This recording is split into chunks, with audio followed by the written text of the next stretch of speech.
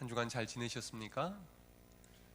지난 목요일에 우리 선교 담당 장로님과 함께 우리 교회에서 후원하는 개척 교회들을 방문했습니다. 요즘 어떻게 지내시는지 이야기를 들어보니 한 교회는 사모님이 암 투병 중이신데 목사님도 심한 우울증을 겪었던 분이었습니다. 지금 교인들은 없는 상태에서 사춘기 두 자녀와 함께 그렇게 가족들만 예배를 드리고 있는 형편이라는 얘기를 들었습니다. 또 한 교회는 상가 2층에서 예배를 드리는데 거기도 작년 교인은 없고 청소년들 몇 명 전도해서 예배를 드리고 있었는데 이 코로나 사태를 겪게 되면서 부모님이 잘 안 보내줘서 지금은 가족들만 예배를 드리고 있다 하는 이야기를 들었습니다. 또 다른 교회는 개척한 지 2년 반 되었는데 그동안 초신자들을 전도해서 작년 한 12, 13명이 같이 예배를 잘 드리고 있었는데 이번 코로나 이후로 또 교인 수가 절반으로 줄어서 6, 7명이 예배를 드리고 있다 하는 이야기를 들었습니다. 그러면서 이 시기를 잘 이겨낼 수 있도록 기도해 주십시오 라는 기도 부탁을 받았습니다. 준비해간 선스프레이 선물을 드리고 또 가족들과 식사라도 한 끼 하시도록 우리 교인들이 정성껏 헌금해 주신 선교비에서 한 10만 원씩 봉투를 준비해서 전달해 드렸습니다. 그리고 간절히 그 교회와 또 목사님을 위해서 기도해 드렸는데 참 많이 고마워하셨습니다. 방문을 마치고 교회로 돌아오는 데 마음이 참 기뻤습니다. 광야같이 어려운 시간을 보내고 있는 개척교회들을 위해서 또 우리가 물질로 후원할 뿐만 아니라 더 간절히 기도해 줘야겠다 하는 생각을 하고 돌아왔습니다. 여러분, 지금 우리는 코로나 사태로 인해서 개인적으로나 또 가정적으로나 교회적으로나 또 국가적으로나 광야와 같은 시간을 지나고 있습니다. 이러한 시기를 우리는 어떻게 잘 이겨낼 수 있을까요? 오늘 본문에서 그 답을 찾아보고자 합니다.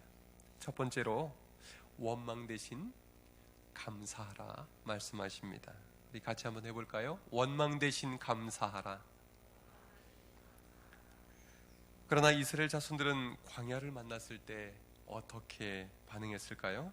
2절을 보니까 이스라엘 자손 온 회중이 그 광야에서 모세와 아론을 원망했다라고 기록하고 있습니다.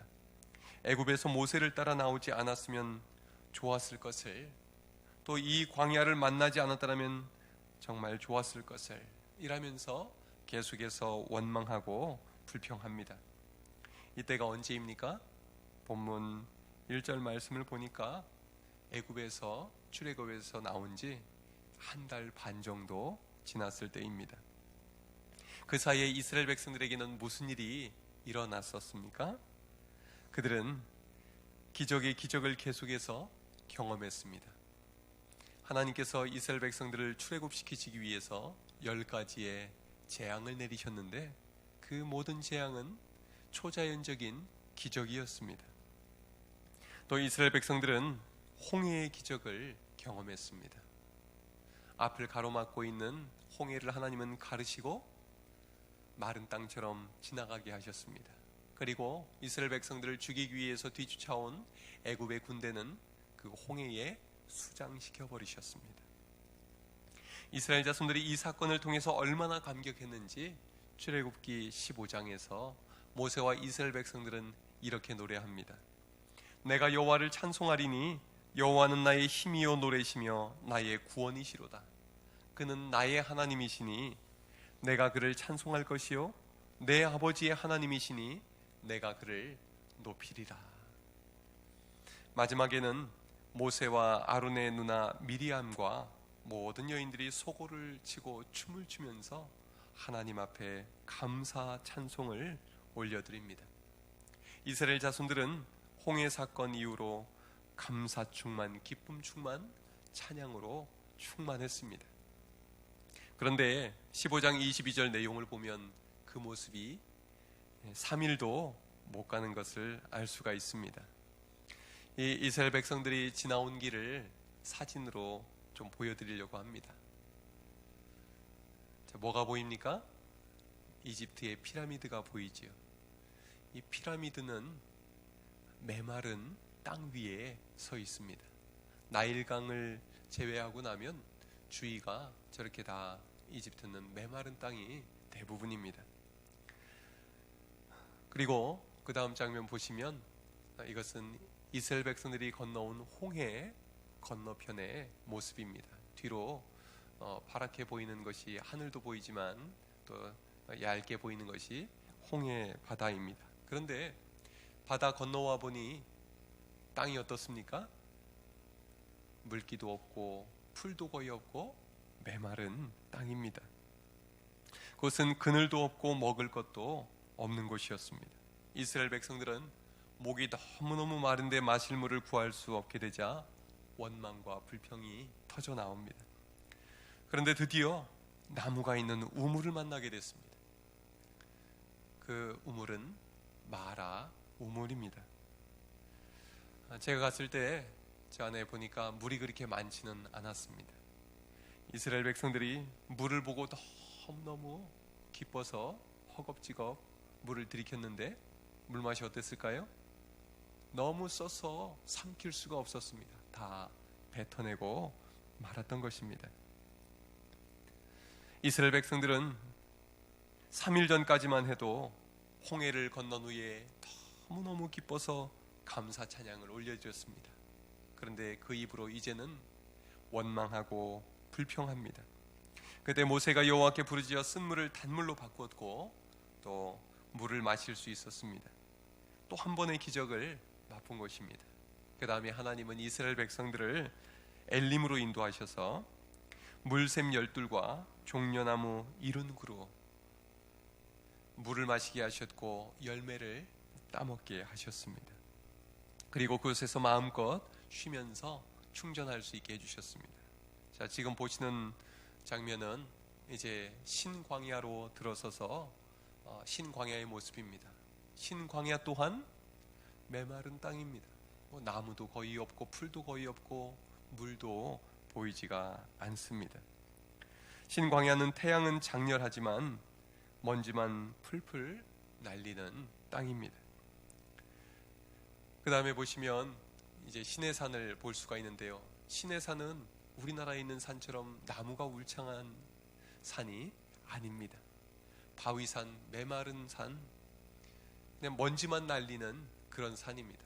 마지막 장면도 이 시내산인데요. 주위가 다 메마른 곳입니다. 이스라엘 백성들이 엘림에서 이 시내산까지 가는 길은 이렇게 정말 고통스러운 길이었습니다. 이렇게 열악한 환경 속에서 이스라엘 자손들은 무엇을 원망합니까? 애굽에서 고기가마 옆에 앉아서 실컷 배부르게 먹던 그 시절을 그리워합니다. 차라리 그때 그곳에서 여호와의 손에 죽었더라면 좋았겠다, 그렇게 불평합니다. 그리고 모세와 아론에게 너희가 이 광야로 우리를 인도해내서 우리 온 회중이 굶어 죽게 됐다라고 비난을 합니다. 이스라엘 자손들은 마치 영적인 건망증 환자 같습니다. 그들은 전능하신 하나님의 구원의 능력을 너무나도 빨리 잊어버렸습니다. 만일 그때 이스라엘 백성들이 이런 찬양을 불렀으면 얼마나 좋았을까요?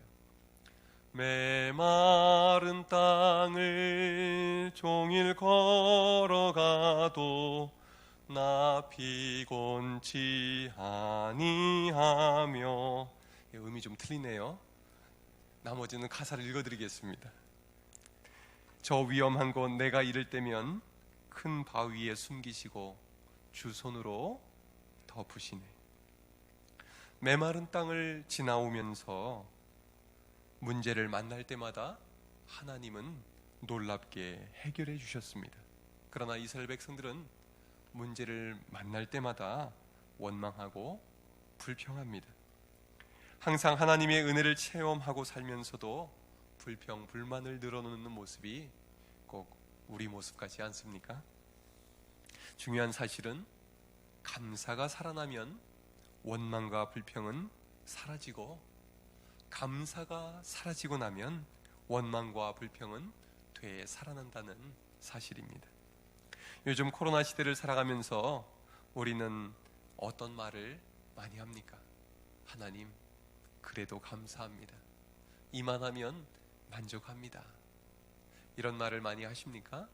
아니면 정말 못 살겠다, 너무 힘들다, 예전 같지 않다, 죽겠다, 그런 말을 습관적으로 하고 있지는 않습니까?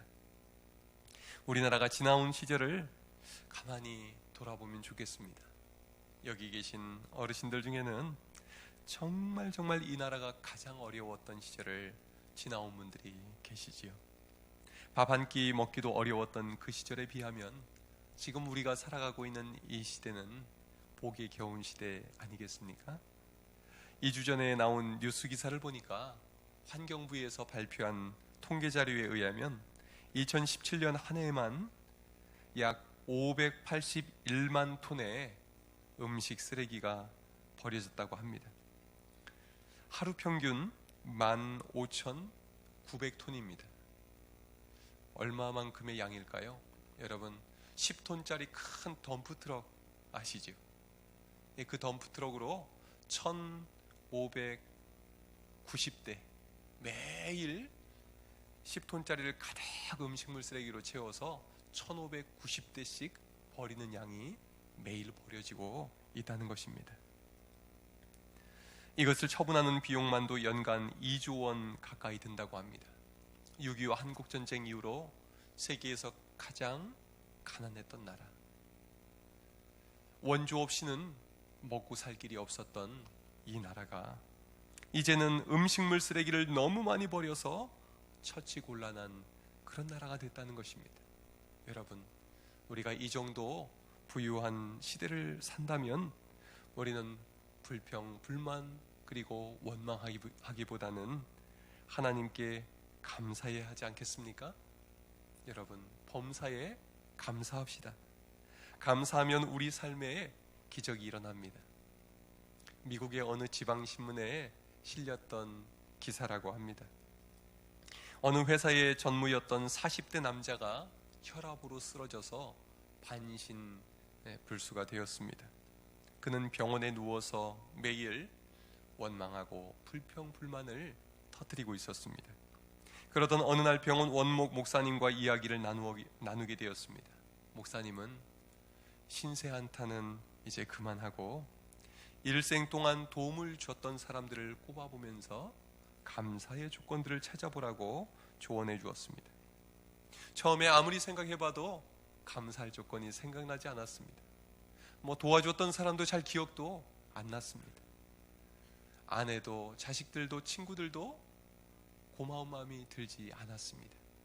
그런데 자기 어린 시절부터 잘 살펴보니까 초등학교 때 여선생님이 기억났습니다. 초등학교 때 그렇게 자기는 공부를 잘한 편이 아니었는데 선생님이 늘 칭찬해주고 예뻐해주고 격려를 해주었던 것입니다. 그래서 용기를 얻어서 공부를 하게 됐고 중학교, 고등학교를 졸업하고 또 대학에 진학해서 공부를 잘 마치고 좋은 회사에 취직해서 또 전무까지 되었던 것입니다. 그 선생님을 생각하니까 마음이 뜨거워지고 너무 감사한 마음이 들었습니다. 그래서 여기저기 수소문을 해서 그 선생님 주소를 알아냈습니다. 그리고 이렇게 간단한 편지를 써서 보냈습니다. 선생님, 감사합니다. 저는 지금 반신불수가 되어 있습니다. 선생님은 저희의 생에 있어서 둘도 없는 은사님입니다. 그동안 한 번도 감사의 글을 드리지 못하고 무심했던 것을 용서해 주십시오. 그냥 이렇게만 써서 보내드렸습니다. 그런데요, 이 편지를 받아본 선생님은 남편도 세상을 떠나고 양로원에서 외롭게 지내고 계셨습니다. 이 제자의 편지를 받아들고 너무너무 고마워서 선생님이 이런 답장을 보내주셨습니다. 사랑하는 제자에게 내 평생 수많은 어린이를 가르쳤지만 고맙다고 감사의 편지를 써보낸 제자는 자네밖에 없다니. 이제는 늙어서 의지할 데 없는 이 외로운 놓친 내를 자네는 참으로 행복하게 기쁘게 해주었네. 나는 자네 글을 침대 옆에 놓고 매일 밤 한 번씩 읽는다네. 그리고 읽을 때마다 그 편지를 어루만지면서 감사하네. 이 편지가 내게 어떤 의미를 가지고 있는지 아는가? 내 생에 새로운 희열과 기쁨을 용솟음치게 해주었네. 나는 자네의 편지를 나의 교편 생활의 유일한 보람으로 알고 내 죽는 날까지 간직하려네. 자네의 건강을 위해 간절히 기도하겠네. 이 편지를 받아 읽던 이 제자는 너무너무 감동해서 자기도 모르게 침대에서 벌떡 일어나 앉게 되었다고 합니다. 그리고 용기를 내어서 그는 일어나서 걷는 연습을 하기 시작했습니다. 한 걸음 한 걸음 떼는 연습을 시작했고, 또 말도 잘 안 됐는데 한마디 한마디 말하는 연습을 했습니다. 그리고 점점 건강이 좋아진 그는 교회에 나가 예배하게 됐고, 또 나중에는 직장에 복직할 수 있게 되었습니다. 그리고 그는 그 회사에서 더욱 인정받아서 부사장님이 되었고, 나중에는 사장님까지 되었다는 것입니다. 여러분, 감사하면 기적이 일어납니다. 내가 감사를 표현한 상대방에게도 기적이 일어나고, 감사를 표현한 나 자신에게도 기적이 일어나는 것입니다. 여러분, 우리 주위에 우리가 고마우면서도 감사를 표현하지 못했던 분들에게 문자나 편지나 말로 고백해 보시기 바랍니다. 우리 모두를 살려내게 될 것입니다. 또한 여러분, 무엇보다 하나님께 감사할 수 있기를 바랍니다. 예수님은 보잘것없는 보리떡 5개와 물고기 2마리를 받아 드시고 하나님 아버지 앞에 감사 기도를 드렸습니다. 그럴 때에 5,000명이 넘는 무리가 배불리 먹고도 12광줄이나 남는 기적이 일어나게 되었습니다. 우리는 이 코로나와 같은 광야의 시기를 만나지 않았더라면 얼마나 좋았을까 생각이 들 때가 있습니다. 그러나 여러분, 우리의 삶에 원망과 불평이 찾아올 때마다 하나님께 감사할 수 있기를 바랍니다. 원망 대신 감사하는 자에게 하나님께서 기적으로 응답을 주실 것입니다. 다음으로 우리는 광야와 같은 시기를 어떻게 이겨낼 수 있을까요? 우리 같이 해보겠습니다. 말씀을 먹고 살라. 우리 4절 함께 읽겠습니다. 시작. 그때에 여호와께서 모세에게 이르시되, 보라, 내가 너희를 위하여 하늘에서 양식을 비같이 내리리니 백성이 나가서 일용할 것을 날마다 거둘 것이라. 이같이 하여 그들이 내 율법을 준행하나 아니하나 내가 시험하리라. 아멘. 하나님은 감사할 줄 모르고 계속해서 원망하는 이스라엘 백성들을 사랑으로 먹이고 또 먹이셨습니다. 내가 너희를 위해서 하늘에서 양식을 비같이 내려주겠다. 너희 백성들은 날마다 나가서 일용할 양식을 거두어 먹게 해주겠다. 약속을 하신 것입니다. 하루에 한 번 먹이신 것도 아니고 아침 저녁으로 먹이셨습니다. 12절에서 너희가 해질 때에는 고기를 먹고 아침에는 떡으로 배부르리니 내가 여호와 너희의 하나님인 줄 알리라 말씀하셨습니다. 하나님이 말씀하십니다. 하나님은 저녁에는 메추라기를 보내서 먹여주시고 아침에는 만나를 내려주셔서 먹여주셨습니다. 여러분, 메추라기와 만나의 공통점은 무엇일까요? 전혀 닮은 점이 없어 보이지만 둘의 공통점이 있습니다. 이스라엘 자손들이 노력해서 얻은 것이 아니라는 것입니다. 또 둘 다 어디에서 내려왔습니까?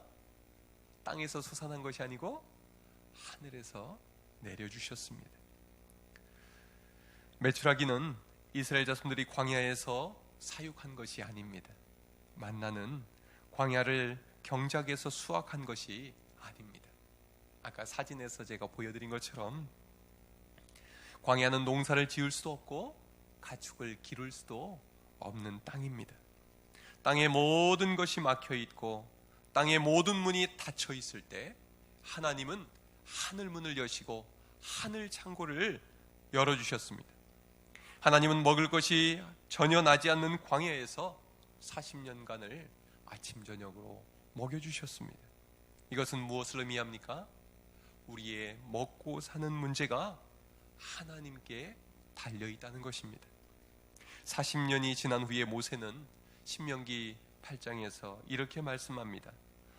내 하나님 여호와께서 이 40년 동안에 내게 광야길을 걷게 하신 것을 기억하라. 너를 낮추시며 너를 줄이게 하시며 또 너도 알지 못하며 내 조상들도 알지 못하던 만나를 내게 먹이신 것은 사람이 떡으로만 사는 것이 아니요 여호와의 입에서 나오는 모든 말씀으로 사는 줄을 내가 알게 하려 하심이라. 하나님은 이스라엘 백성들을 40년 동안 말씀으로 먹이셨습니다. 저녁에 메추라기를 먹여주겠다 말씀하시니 말씀대로 되었습니다. 아침에는 만나를 내려주셔서 먹여주시겠다 말씀하시더니 말씀 그대로 되었습니다. 하나님은 말씀으로 이스라엘 백성들을 먹이신 것입니다. 태초에 하나님께서는 말씀으로 모든 먹거리를 지으셨습니다.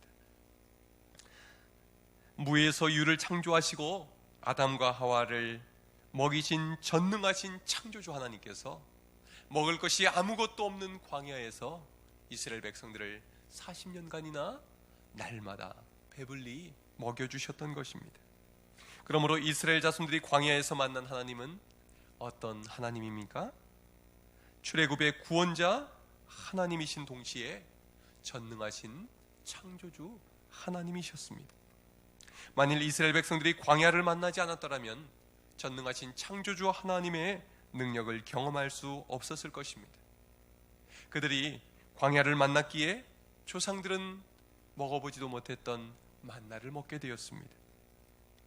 광야를 만났기에 메추라기의 기적을 경험할 수 있었습니다. 광야를 만났기에 구름 기둥과 불 기둥의 기적을 경험할 수가 있었습니다.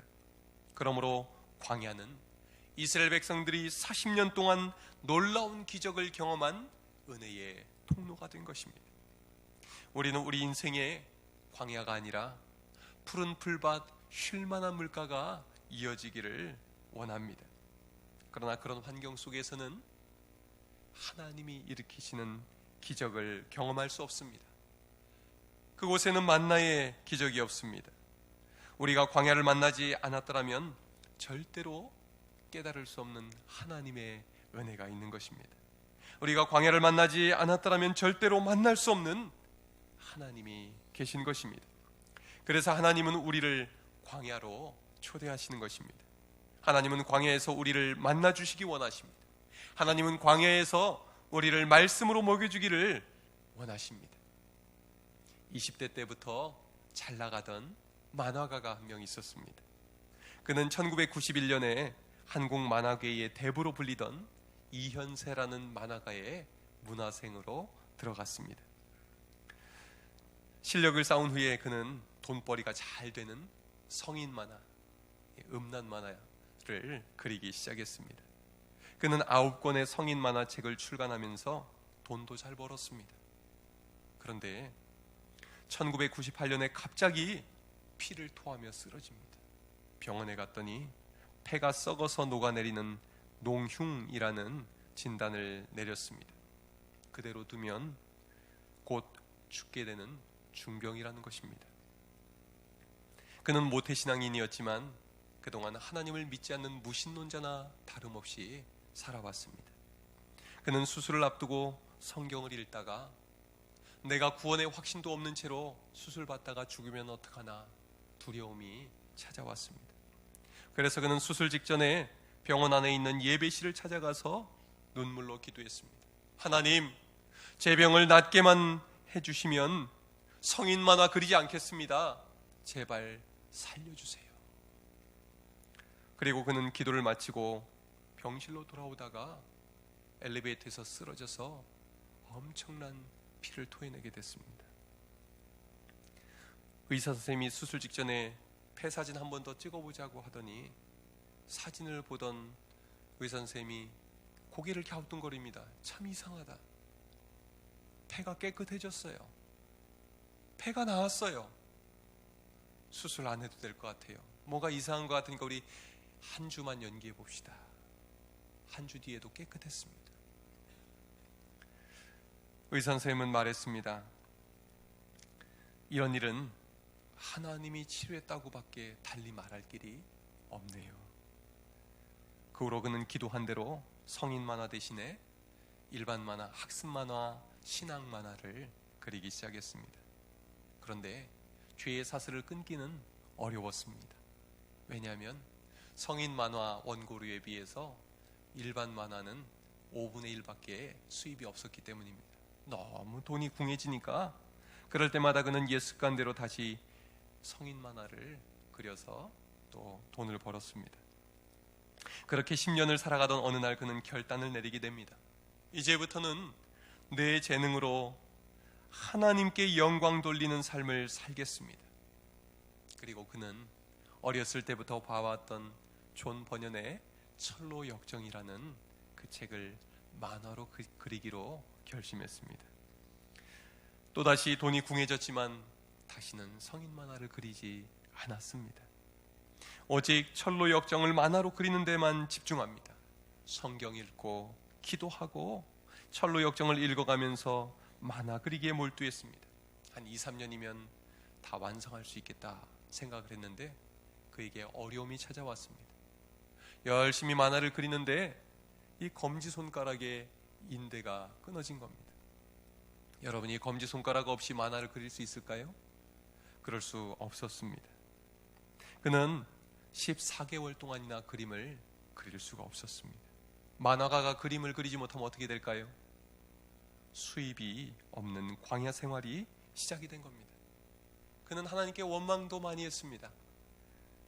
돈을 많이 벌지 못해도 하나님 기뻐하시는 만화 그리겠다고 했는데 이게 뭡니까? 하나님은 복을 주시기는커녕 그림조차 그릴 수 없는 상황이 되었던 것입니다. 자기 힘으로 아무것도 할 수 없는 그 상황 속에서 그는 매일매일 어린 딸과 아내와 함께 가정 예배를 드렸습니다. 놀랍게도 하나님께서는 하루하루 먹고 살 수 있는 길을 열어주셨습니다. 그런데 이상하게도 그는 손가락이 낫고 나면 또 다른 손가락이 다치고 계속 손가락 부상이 이어져서 만화 그리는 것이 지체가 되는 것입니다. 그러던 어느 날 그는 이것이 영적인 싸움임을 깨닫게 됩니다. 이 철로 역정 만화가 완성되면 하나님이 영광 받으시고 만화 좋아하는 아이들 또 만화 좋아하는 사람들이 이 만화 보고 은혜 받고 구원받고 믿음이 좋아지게 될 텐데 사단이 싫어하는구나, 사단이 방해하는구나 깨달아졌던 것입니다. 그래서 그는 더욱더 힘써 기도하고 말씀을 묵상하면서 다친 손으로 계속 만화를 그려나갔습니다. 그래서 6년 만에 만화책 3권이 완성이 되었습니다. 한 장면 한 장면 하나님의 말씀의 능력을 힘입어 그림을 그리면서 그의 만화책 속에는 하나님의 말씀으로 가득 채워져 있습니다. 이렇게 해서 나온 책이 최철규 집사님의 만화 철로 역정입니다. 이 책이 출간되자 날개에 돋친 듯이 팔려나갔습니다. 하나님은 그동안 경제적으로 어려웠던 부분까지 다 채워주셨습니다. 그러나 그보다 더 중요한 것은 이 광야와 같은 시간을 통해서 이 최철규 집사님은 하나님을 깊이 만나게 되었고 그는 믿음의 사람으로 온전히 변화되었다는 것입니다. 그리고 그의 가정은 고난 속에서 매일 예배하면서 믿음의 반석 위에 굳건하게 서게 된 것입니다. 여러분, 이 코로나 시기를 겪으면서 우리 가정의 가정 예배가 회복되기를 바랍니다. 믿음의 반석 위에 서서 하나님이 일으켜주시는 기적을 경험하는 가정들이 되기를 바랍니다. 저도 이분 간증을 듣고 주중에 책 3권을 주문을 해서 지금 읽고 있는데 다른 만화와는 달리 특별한 감동이 느껴집니다. 여러분의 가정이나 또 우리 아동부, 청소년부에도 이 만화를 꼭 사서 읽히면 좋겠다는 생각이 들었습니다. 여러분 중에 지금 내 힘으로는 아무것도 할 수 없는 광야에 서 계신 분들은 안 계십니까? 여러분의 인생길에서 광야의 시간을 만났다면 기대하시기 바랍니다. 기뻐하고 감사하시기를 바랍니다. 하나님께서 우리를 하늘의 만나로 먹여주시고 은혜의 잔치상으로 우리를 이끄실 것입니다. 예수님은 요한복음 6장 48절에서 51절에 이렇게 말씀하십니다. 내가 곧 생명의 떡이니라. 너희 조상들은 광야에서 만나를 먹었어도 죽었거니와 나는 하늘에서 내려온 살아있는 떡이니 사람이 이 떡을 먹으면 영생하리라. 친히 우리의 영생의 양식이 되어주신 주님께서는 우리의 선한 목자가 되어주셔서 우리의 영의 양식을 먹여주실 뿐만 아니라 우리의 육의 양식도 채워주시겠다 약속하시는 것입니다. 그러므로 예수님은 이렇게 말씀하십니다. 너희는 먼저 그의 나라와 그의 의를 구하라. 그리하면 이 모든 것을 너희에게 더하시리라. 여러분, 무엇을 먹을까, 무엇을 마실까, 무엇을 입을까 염려하지 마십시오. 그 근심, 걱정, 염려를 하나님께 맡기십시오. 이스라엘을 출애굽시키신 구원의 하나님이 먹을 것이 아무것도 없는 광야에서 이스라엘을 먹이신 전능하신 창조주 하나님이십니다. 우리를 구원하신 하나님은 우리의 영혼만 구원하시는 것이 아니라 우리의 육신의 피로까지 채워주시는 참 좋으신 아버지 하나님이심을 믿으시기를 바랍니다. 광야의 시간은 하나님의 살아계심을 체험하고 하나님의 공급하심을 경험할 수 있는 절호의 시간입니다. 광야와 같은 이 코로나 시기에 하나님을 의지함으로 하나님의 공급을 체험하고 믿음의 놀라운 성장이 일어나는 은혜의 시간 되시기를 주님의 이름으로 축원합니다. 기도하겠습니다.